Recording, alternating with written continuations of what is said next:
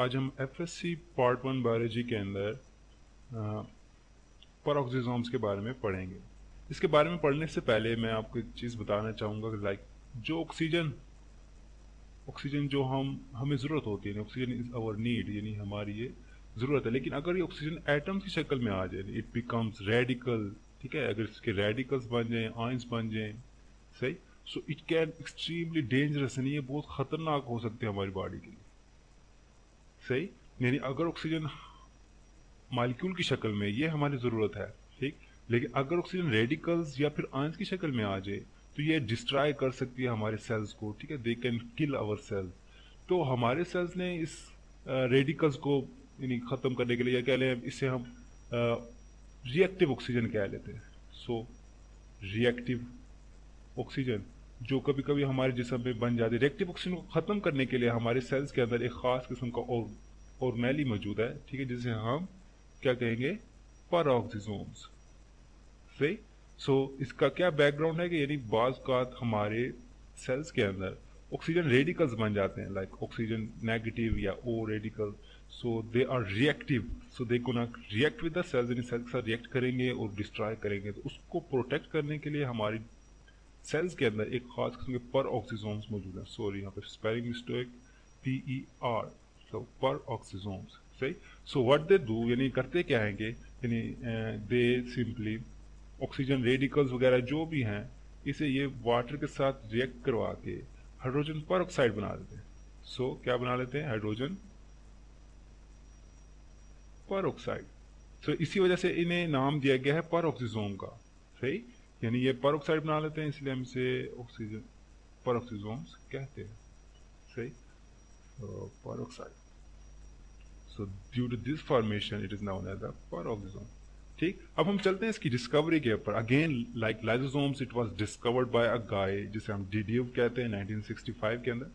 So de Duve was the scientist और 1965 के अंदर इसने इसे डिस्कवर किया था, सही। सो इसने कहा था कि जी हमारे जिस्म के अंदर कुछ इस तरह के कह लें कि वेजिकल्स मौजूद है, ठीक है। अभी हम इसका स्ट्रक्चर पढ़ेंगे, स्ट्रक्चर किस किस्म का, इस किस्म के वेजिकल्स मौजूद है जो परऑक्साइड्स बनाते हैं, सही। तो परऑक्साइड्स की फॉर्मेशन की वजह से परऑक्सीजोम्स कहा गया था और डीडीयू के साथ पूरी टीम वर्क कर रही थी इस दौरान, ठीक, इन 1965 में, ठीक है जी। इसके बाद आते हैं इसका स्ट्रक्चर के ऊपर, यानी हाउ इट्स स्ट्रक्चर, यानी ये बिल्कुल एक कह लें कि वेजिकल्स की तरह, जिस तरह हमने वेजिकल्स पढ़े थे, कह लें कि उसके इंडोप्लाज्म रेटिकुलम के पढ़े थे, या फिर गोल्जी बॉडीज के वेजिकल्स पढ़े थे। इसी तरह ये डबल मेम्ब्रेन इसकी लेयर होती है, it is lipid by layer, और फिर इसके अंदर मटेरियल सारा जमा होता है, ठीक। सो ये सारा अंदर इसकी मटेरियल, फिर अंदर ये यूरेट ऑक्सीडेज क्रिस्टलाइन कोर भी होता है इसका, ठीक। सो इसका फंक्शन क्या होता है, वही जो मैं बता चुका हूँ कि ये परऑक्साइड्स बनाता है, ठीक है, यानी क्या लेके जी, it detoxify it detoxify specially oxygen to, किस में करेगा ये, परऑक्साइड्स में, सही। तो सबसे पहला इसका फंक्शन ये होगा। फंक्शंस में अगर हम स्टडी करेंगे तो सबसे पहला फंक्शन क्या होगा, इट विल डिटॉक्सिफाई ऑक्सीजन, किसके अंदर, उसे परऑक्साइड में बना दे, जिस तरह की अभी हमने पहले रिएक्शन पढ़ा है, सही। दूसरा लाइक लाइसोसोम्स, जिस तरह लाइसोसोम्स होते हैं इस तरह इनके पास भी कुछ हाइड्रोलाइटिक एंजाइम्स होते हैं, ठीक है, they have hydrolytic enzymes, so it can decompose, सही, चीजें ये तोड़ सकता है, हाइड्रोलाइसिस कर सकता है। सो इट कंटेन एंजाइम्स, यानी मेन चीज ये है कि इट कंटेन एंजाइम। अच्छा, डिटॉक्सिफाई टू परऑक्साइड्स करने के लिए इनके पास एक स्पेशल किस्म का एंजाइम होता है जिसे हम परऑक्सीडेज कहते हैं, परऑक्सीडेज, जो कि इसकी डिटॉक्सिफिकेशन करेगा, किस चीज की भला, ये जो रिएक्टिव ऑक्सीजन बन रही है, सही। सो ये इसका फंक्शन, थोड़ा स्ट्रक्चर पे इसका मजीद डिटेल डालते हैं। तो इसका जो साइज होता है, ठीक है, नहीं, यहाँ से लेकर यहाँ तक जो इसका साइज बनेगा, it is only about 0.5 micrometre, ठीक है जी। सो 0.5 माइक्रोमीटर इसका साइज हो जाएगा। इसके अलावा इसके अंदर लिपिड्स बाइलेयर आ जाएगी, जिस तरह साइटोप्लाज्म की मेम्ब्रेन थी, सेम इस तरह की इसकी लिपिड बाइलेयर मेम्ब्रेन होगी, जिसके अंदर क्या होंगे हमारे पास, जो मेन इसका फंक्शन है कि इट कंटेन्स एंजाइम्स, ठीक है, इसके पास क्या होंगे, एंजाइम्स। सो परऑक्सीडेज एंजाइम होगा, इट विल कंटेन परऑक्सीडेज, जो कि हाइड्रोजन परऑक्साइड बनाएगा भी और तोड़ेगा भी, परऑक्साइड नहीं, सॉरी, परऑक्सीडेज, ठीक, इसके अलावा कुछ और एंजाइम्स होंगे, लाइक इसके अंदर कैटलेज है, ब्रेक डाउन में यूज होता है ये, सही। इसके अलावा इसके अंदर ग्लाइकोलिक एसिड ऑक्सीडेज है, glycolic acid oxidase, so and so on, यानी कुछ इसमें ऑक्सीडेज हैं, एंड सो ऑक्सीडेशन और रिडक्शन करता है बेसिकली। इनका जो प्रोसेस हो जाएगा इसका क्या नाम दे देंगे हम, यानी दे विल ऑक्सीडाइज और रिड्यूस, रेड ऑक्सीडेशन के अंदर इन्वॉल्व होता है, सही। सो दे कैन ऑक्सीडाइज और रिड्यूस द पार्टिकल। तो यानी अगर हम इसको थोड़ा सा रिवाइज कर लें, यानी हमने कहाँ से स्टार्ट किया था, हमने कहा जी कि हमारी बॉडी के अंदर बहुत दफ़ा हमें ऑक्सीजन तो चाहिए होती है, सही, वो नीड ऑक्सीजन मालिक्यूल्स, लेकिन बहुत दफ़ा ऐसे रिएक्टिव आयंस बन जाते हैं ऑक्सीजन के, या फिर ऐसे रेडिकल्स बन जाते हैं जो कि डेंजरस हो सकते हैं हमारे लिए, ठीक। तो इसे हम रिएक्टिव ऑक्सीजन स्पीशीज कहते हैं या रिएक्टिव ऑक्सीजन कहते हैं। रिएक्टिव ऑक्सीजन को ख़त्म करने के लिए हमारे सेल्स के अंदर एक खास मशीनरी कह लें कि एक खास किस्म के ऑर्गेनाइज्म मौजूद है, ठीक है, जिसे हमने परऑक्सीजोम किया। परऑक्सीजोम क्या करता है कि उस ऑक्सीजन के साथ रिएक्ट करता है एंड उसे हाइड्रोजन परऑक्साइड में कन्वर्ट कर देता है, सही। हाइड्रोजन परऑक्साइड ये लेस डेंजरस है as compared to oxygen radical, सही, क्योंकि ऑक्सीजन रेडिकल तो जाहिर बात है ये रिएक्ट करेगी और डीनेचरिंग होगी, डेथ हो जाएगी सेल की। सो इसको अवॉइड करने के लिए परऑक्सीजोम्स मौजूद हैं जो कि इसके साथ रिएक्ट करेंगे और परऑक्साइड बना लेंगे। और इसे डिस्कवर किसने किया था, डेड्यू इन 1965, और को वर्कर भी इनके साथ शामिल थे। उसके बाद हम इसके फंक्शन और स्ट्रक्चर पे आए थे। सो स्ट्रक्चर में अगर हम देखें तो वही वेजिकल है, जिस तरह गोल्जी बॉडी का वेजिकल है। अच्छा, लिपिड्स बाइलेयर के अलावा इसके जो साइज है 0.5 माइक्रोमीटर है, so it is important to remember, इसे याद रखना ज़रूरी है। और बीच में इसके यूरेट ऑक्सीडेज क्रिस्टल होता है, ठीक है, यानी यूरिक एसिड और ऑक्सीडेज एंजाइम्स की क्रिस्टलाइन कोर बीच में बन जाता है। और फिर इसके अंदर एंजाइम्स होंगे, कौन कौन से एंजाइम होंगे इसके अंदर, बोला peroxidase, catalase, glycolic acid oxidase, ठीक है, यानी ये ऑलमोस्ट ऑक्सीडेशन और रिडक्शन के अंदर इन्वॉल्व रहेगी, सही। इसके फंक्शंस में हमने कहा था कि दो मेन फंक्शंस हैं जो यहाँ पे डिस्कस करेंगे हम। मतलब सबसे पहले तो डिटॉक्सिफाई कर रहा है ऑक्सीजन को किसके अंदर, परऑक्साइड्स के अंदर, और दूसरा इसका हाइड्रोलाइटिक फंक्शन है, मतलब इसका कैटालेज है तो ये हाइड्रोलाइसिस कर सकता है, यानी चीज़ों को तोड़ सकता है, सिंपल, यानी कैटालाइसिस के अंदर हेल्प कर सकता है। So that was all about peroxisomes. फिर अब हम चलते हैं आगे, एक और सिमिलर किस्म की हमारे पास ऑर्गेनेली मौजूद है, नहीं उसका स्ट्रक्चर ऑलमोस्ट सेम होता है और ये ग्लाइकोसोम्स कहलाते हैं, ठीक है। और अगर आप यहाँ पे देखें ना, सो ये लिपिड्स बॉडी है। अच्छा, एक चीज़ मैं पीछे बताना भूल गया कि ये जो परऑक्सीजोम्स हैं ये मोस्टली ऑल यूकैरियोटिक ऑर्गेनिज्म के अंदर पाए जाते हैं। They are present in all eukaryotic accept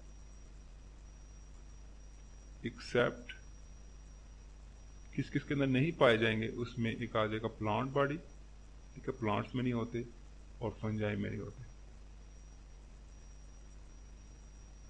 ठीक है, यानी पीछे प्रोटिस्टा और एनिमेलिया के अंदर ये मौजूद नहीं है। सो प्लांट्स और इन फंजाई के अंदर ये मौजूद नहीं होते। सो सिंपली कह सकते हैं they are mostly found in animals, सही, तो मोस्टली कहाँ पे पाए जाएंगे, एनिमल्स में। जबकि जो नेक्स्ट ऑर्गेनेली हम पढ़ने जा रहे हैं जिसे हम ग्लाइकोसोम्स कहते हैं, ये मोस्टली प्लांट्स में पाए जाएंगे। So they will be present in plant. सबसे पहले जहन में चाहिए कि they will present in the plant cell. So ये प्लांट सेल के बारे में हम बात करें, ठीक है। अब हम थोड़ी सी इसकी डायग्राम पे गौर दे लें तो यहाँ पे आपको लिपिड्स नजर आ रहे हैं, लिपिड बॉडीज मौजूद हैं, ये बीच में ग्लाइकोसोम है, सही, दिस इज ग्लाइकोसोम, जिस पे आपको ये एरोज नजर आ रहे हैं। सो ये डार्क कलर का ग्लाइकोसोम, सो ये लिपिड्स के इर्द गिर्द मौजूद है, यानी इसका कोई ना कोई फंक्शन लिपिड से मिलता होगा, ठीक। सो यहीं से थोड़ा सा आइडिया लीजिए। सो बेसिकली इसमें करना क्या होता है, चले हम बता देते हैं आप क्या होता है इसके अंदर, कि ये लिपिड्स को मेटाबोलाइज करता है, ठीक है, यानी से ब्रेक डाउन करता है, कैटलाइज करता है लिपिड्स को, यानी लिपिड्स को पहले फैटी एसिड्स में कन्वर्ट करता है, ठीक है, फैटी एसिड्स, फिर आगे ग्लाइकोलेट साइकिल होता है, ग्लाइकोलेट साइकिल में फिर ये फैटी एसिड को कन्वर्ट करता है सक्सिनेट में, सक्सिनेट, फिर आगे वही क्रेब साइकिल चलती है, ठीक है, वो फर्दर प्रोसेस है, ठीक है, ये हमारे यानी इस टॉपिक में हिस्सा नहीं है। सो लिपिड्स फैटी एसिड्स में कन्वर्ट होंगे या lipids compose of fatty acid. Fatty acids को क्या करता है, ये ग्लाइकोसोम, ठीक है, यहाँ पे ग्लाइकोसोम काम करता है। ग्लाइकोसोम फैटी एसिड्स को किस में कन्वर्ट कर देगा, सक्सिनेट्स में। और ये जो साइकिल होती है सारे प्रोसेस को हम कहते हैं ग्लाइओक्सिलिक साइकिल, ठीक है, it will be known as glyoxylate cycle. इसकी स्पेलिंग देख लें आप, ग्लाइओक्सिलेट साइकिल। सही, यानी प्लांट सेल के अंदर जहां पे लिपिड स्टोर होंगे उसे ये कन्वर्ट करेगा किसके अंदर, सक्सिनेट के अंदर। चलिए आपको एक एग्जांपल देते हैं। मसलन अगर कोई सीड है, ठीक है, लाइक इट इज अर्थ, अर्थ के अंदर कहीं पे एक सीड पड़ा है, तो let's suppose it is a seed. Seed ने आगे जर्मिनेट होना है, सही, इट विल जर्मिनेट आउट, यानी इसके अंदर से ये प्लम्यूल रेडिकल्स निकलेंगे और फिर ये आगे लीव्स बनाएगा, फूल बनाएगा, सो इस सीड्स के पास ये सारा कुछ जर्मिनेट होने के लिए क्या चाहिए होती है, क्या चाहिए होगा भला इसे, जाहिर बात है इट विल नीड एनर्जी। सो ये एनर्जी कहां से आएगी भला इसके पास, ठीक है। तो जाहिर बात है सीड के अंदर ना क्या स्टोर होते हैं, फैटी एसिड्स। सीड के अंदर क्या स्टोर होंगे, स्टोर्ड लिपिड्स कह लो या फैटी एसिड्स स्टोर होंगे, ठीक। तो ये लिपिड्स को कन्वर्ट करेगा किसके अंदर, एनर्जी के अंदर, ठीक, यानी ये लिपिड्स को कन्वर्ट करेगा एनर्जी के अंदर। सो स्टोर्ड लिपिड्स को एनर्जी में कन्वर्ट करने के लिए से क्या चाहिए होगा, ग्लाइओक्सिजोम्स, ठीक है, ग्लाइओक्सिजोम्स होंगे जो ग्लाइओक्सिलेट साइकिल के जरिए लिपिड्स को एनर्जी में कन्वर्ट करेंगे और उसके बाद इसकी जर्मिनेशन होगी, so it will germinate out, ठीक है। बड़ा सिंपल सा कंसेप्ट है, यानी जो सीड्स होते हैं ये जब जमीन के अंदर पड़े होते हैं, they are locating under the surface of earth, so इन्होंने जर्मिनेट होना होता है। जर्मिनेशन के लिए होने क्या चीज चाहिए होती है, एनर्जी। एनर्जी कहां से आएगी, तो जाहिर बात है सीड के अंदर कोई चीज ऐसी हो कि उसमें क्या होते हैं, स्टोर्ड लिपिड्स होते हैं, ठीक है। लिपिड्स क्या करते हैं, एनर्जी जनरेट करेंगे किसकी मौजूदगी के अंदर, ग्लाइओक्सिजोम के अंदर, यानी ग्लाइओक्सिजोम्स मौजूद होंगे, वो लिपिड्स को यूज करेंगे और उसकी एनर्जी जनरेट करेंगे। एनर्जी फिर जो उनसे आगे एनर्जी जनरेट होने के बाद सीड्स को जर्मिनेट करेगी, यानी उसमें से प्लम्यूल्स निकलेंगे, रेडिकल्स निकलेंगे और उसकी ब्रांचेस निकलेंगे। सो इस तरह हमारे पास एक प्लांट बॉडी आएगी और नीचे आपको ये रूट्स नजर आ रहे हैं, ठीक है, ये रूट्स हैं, ये ऊपर शूट्स हैं, उसकी ब्रांचेस, ठीक है, जो नॉर्मल प्लांट का स्ट्रक्चर होता है, शूट्स, ब्रांचेस वगैरह, ठीक है। सो सीड्स के अंदर तो ज्यादातर कहाँ पे मौजूद होंगे ग्लाइकोसिलेट, ग्लाइकोसोम्स कहाँ पे मौजूद होंगे भला, दे विल प्रेजेंट इन सीड्स, ठीक है। अब मसलन ये जो डायग्राम आपको नजर आ रही है ये सीड की डायग्राम है, जिसके अंदर आपको ये फैट बॉडीज नजर आ रही है, इट इज फैट, सॉरी ये कलर नजर नहीं आ रहा होगा आपको, this is fat, this is fat, ठीक है। और बीच में जो डार्कर रीजन है ये कौन सा है, ये ग्लाइकोसोम्स है जो कि फैट्स की डाइजेशन करते हैं। सो अगर हम इसको सिंगल लाइन में डिफाइन करें, लाइक पैरोक्सिसोम्स क्या कर रहे थे, सो दे प्रोवाइड एनर्जी, यानी जो सीड की जर्मिनेशन होगी, यानी सीड जो जर्मिनेट होगा और फिर प्लांट बॉडी बनाएगा, ठीक है। तो इसके अंदर ये जो सारा रीजन है जिसमें इसकी जर्मिनेशन हो रही है, इस सारे प्रोसेस के अंदर हमें क्या चीज चाहिए होगी, ग्लाइकोसोम, ठीक। यानी इस ड्यूरेशन के दौरान जब सीड जर्मिनेट होकर प्लांट बॉडी नहीं बना लेता, यानी उसकी रूट्स डेवलप नहीं हो जाती हैं, यानी जब तक उसकी रूट्स वगैरह डेवलप नहीं हो जाती हैं, या फिर शूट्स जिसके जरिए फोटोसिंथेसिस करेगा वो डेवलप नहीं हो जाती, ठीक है। ये एक जनरल प्लांट बॉडी का स्ट्रक्चर है। सो ये इसकी रूट्स वगैरह अब्जॉर्प्शन के लिए नहीं डेवलप हो जाती हैं, ऊपर शूट्स डेवलप नहीं हो जाती, सो ये ग्लाइकोसोम उस पीरियड तक रहेंगे। लेकिन जो ही प्लांट बॉडी कहते हैं कि सस्टेन हो जाएगी, अपने आप को मेंटेन कर लेगी, एब्जॉर्प्शन स्टार्ट हो जाएगी, फोटोसिंथेसिस स्टार्ट हो जाएगी, तो उसके बाद ये रिमूव हो जाते हैं सेल्स के अंदर, ठीक है। तो नहीं उसी शॉर्ट ड्यूरेशन के दौरान जब तक सीड जर्मिनेट हो रहा है उस टाइम तक ये मौजूद रहेंगे, ठीक। सो अब हम इसको रिवाइज करते नहीं, हमने कहा था कि हमने डायग्राम से स्टार्ट किया, हमने कहा ये देखें अगर आपको फैट बॉडीज नजर आ रही है तो इसके दरमियान ये ग्लाइकोसोम्स मौजूद हैं, तो इसका क्या मतलब है कि कहीं ना कहीं फैट बॉडीज के साथ इनका लिंक है। तो फिर हमने कहा जी कि ये सिर्फ प्लांट सेल्स में मौजूद होते हैं और क्या करते हैं कि जो लिपिड्स होते हैं, चर्बी जिसे कहा जाता है, ठीक है, जो चर्बी वगैरह होती है इसको ये तोड़कर सक्सिनेट में कन्वर्ट करते हैं, ठीक है। अब ये सक्सिनेट आप आगे जाके पढ़ेंगे कि क्या एक कंपाउंड है, ठीक है। फैटी एसिड बड़ा कंपाउंड है, सक्सिनेट छोटा कंपाउंड है।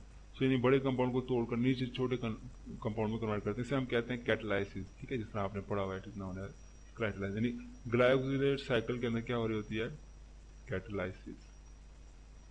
सो ये कैटालाइसिस में हेल्प करता है, यानी फैटी एसिड को तोड़ेगा, सक्सीनेट में कन्वर्ट करेगा। आगे क्रेब्स साइकिल के अंदर यूज होते हैं, क्रेब्स साइकिल हम अगले चैप्टरों के अंदर पढ़ेंगे नहीं क्या होता है। सो फिर हमने कहा चले हम इसके बैकग्राउंड स्टडी करते हैं, नहीं होता है क्या बेसिकली। तो एक सीड है, तो let's suppose we have a seed जो कि मिट्टी के अंदर मौजूद है, उसने प्लांट बॉडी बनाना है, तो जाहिर बात है उसे एनर्जी चाहिए होगी। बगैर एनर्जी के तो वो नहीं सेल डिवाइड कर सकता, या उसके कहने के नहीं जर्मिनेशन हो सकती। उस एनर्जी के लिए क्या होता है कि उसके अंदर स्टोर्ड लिपिड्स होते हैं, ठीक है। ये जो स्टोर्ड लिपिड्स हैं ये एनर्जी में कन्वर्ट होंगे, ठीक है। किस तरह होंगे, उसके लिए ग्लाइकोसोम्स का होना जरूरी है, ठीक है। यानी ये ग्लाइकोक्सिसोम्स, अगेन यहाँ पे स्पेलिंग मिस्टेक है, वाई नहीं डाला मैंने, ग्लाइकोक्सिसोम्स का होना जरूरी दबाया जाता है। सो ग्लाइकोसोम्स क्या करेंगे, स्टोर लिपिड्स को कन्वर्ट कर देंगे किसके अंदर, एनर्जी के अंदर। सो सिंपल, ठीक है। और फिर प्लांट बॉडी जर्मिनेट हो जाएगी, ठीक। अगर हम कहें कि जी ग्लाइकोसोम्स का अगर लिंक है सिर्फ जर्मिनेशन के साथ, तो वो सारी उम्र तो साथ नहीं रहेंगे। यानी एक दफ़ा जब प्लांट बॉडी बन जाएगी और वो फिर खुद फोटोसिंथेसिस करेगी, अपनी एनर्जी खुद जनरेट कर लेगी सूरज से रोशनी से, ठीक है। तो उस टाइम तो इसकी जरूरत नहीं है। तो ये सिर्फ इसी शॉर्ट ड्यूरेशन के लिए ग्लाइकोसोम्स प्लांट बॉडी के अंदर मौजूद रहेगा, ठीक है, जब तक सीड जर्मिनेट होगा और जर्मिनेट होने के बाद यंग बॉडी नहीं बना लेता, सही। So glycosomes was all about catabolism of lipid stored in seeds, ठीक है, जो सीड्स के अंदर ये स्टोर। और दूसरा ये सिर्फ कहाँ पे प्रेजेंट होंगे, प्लांट बॉडीज के अंदर, ठीक है। एनिमल से इनका कोई लिंक नहीं है, सही। तो एनिमल्स के अंदर ये प्रेजेंट नहीं होते। अब हम एग्जांपल्स देखते हैं कौन कौन से सीड्स हैं जिसके अंदर मौजूद होगा। मसलन आपने नाम सुना होगा सोयाबीन, सोयाबीन है, या फिर और आप भी कुछ सोचे, मसलन कैस्टर बीन्स होती हैं, सनफ्लावर बीन्स हैं,